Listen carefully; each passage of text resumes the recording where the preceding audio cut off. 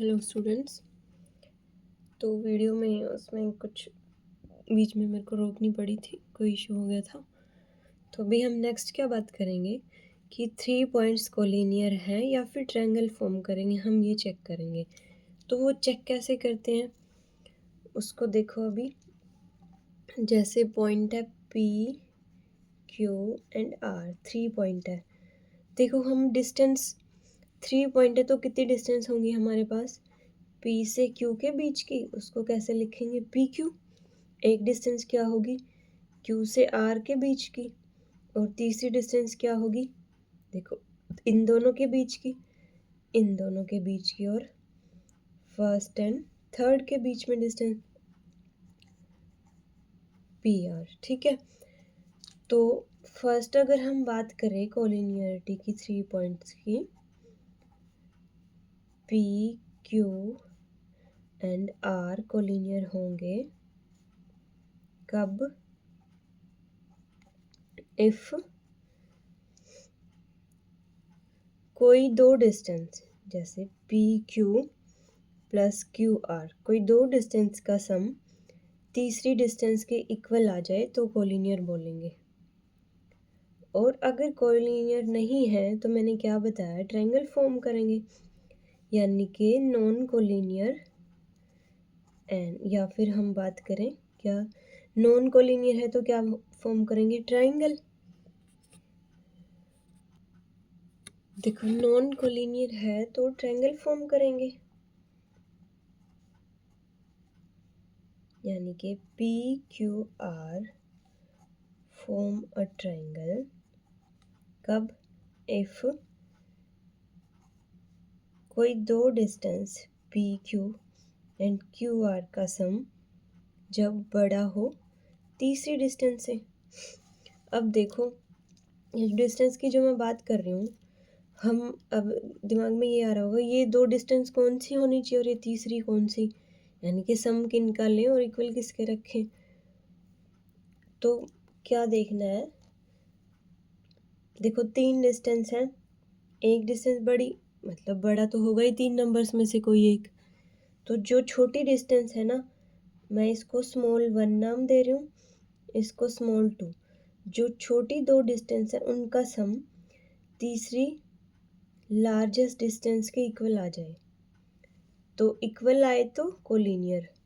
And जो smallest है दो, उनका सम तीसरी से जो लार्जेस्ट है उससे बड़ा आए तो ट्रायंगल फॉर्म करेंगे या फिर नॉन कोलिनियर बोले जाएंगे। ठीक है, जैसे मान लो 3 4 एंड 5 है, तो सबसे बड़ा कौन सा है 5 है ना, सबसे बड़ा एल, और ये दो स्मॉलेस्ट हैं S1 S2, इनको दे देना हम।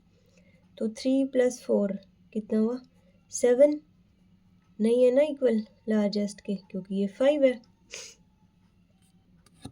और अगर कोई 3 डिस्टेंस ऐसे हैं 3 2 एंड 5, तब क्या होगा, स्मॉलेस्ट कौन है 3 एंड 2, तब किसके इक्वल आ गया, लार्जेस्ट के इक्वल आ गया। तो यहाँ पे ट्रायंगल फॉर्म करेंगे 3 पॉइंट्स, और यहाँ पर कोलिनियर होंगे, सॉरी उल्टा हो गया, ये ट्रायंगल फॉर्म करेगा और यहाँ पर कोलिनियर हो जाएंगे। ठीक है, क्योंकि इक्वल है तो कोलिनियर, और नॉट इक्वल है तो ट्रायंगल फॉर्म करेंगे। ठीक है, और नॉट इक्वल में अब एक क्वेश्चन और आता है बच्चों के दिमाग में कि ये बड़ा ही होगा क्या, जो दो का सम है वो हमेशा बड़ा ही होगा। यहाँ पर देखो बड़ा ही होगा, छोटा केस नहीं बनना ना स्मॉल का, इक्वल है या फिर बड़ा है। तो देखो अगर हम ट्रायंगल की, देखो तीनों एक जगह है, तो यहाँ देखो मान लो मैंने इसको P नाम दे रखा है, इसको Q और इसको R, ये स्मॉल है और ये स्मॉल है ना, और सबसे बड़ी कौन है PR। तो यहाँ देखो PQ + QR दोनों का सम PR के इक्वल आ रहा है, यहाँ तो क्या केस हुआ कोलिनियर।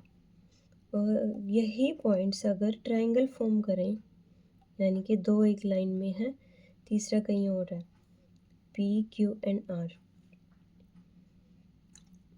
तो देखो, यहाँ पर एक बात याद रखनी है, जैसे किसी एक पॉइंट से लेके दूसरे पॉइंट तक जाते हैं तो सबसे छोटा जो रास्ता होता है ना वहाँ तक पहुँचने का, वो एक स्ट्रेट लाइन होती है। जैसे कि पी से आर तक सबसे स्मॉलेस्ट रास्ता ये हो जाएगा पी आर।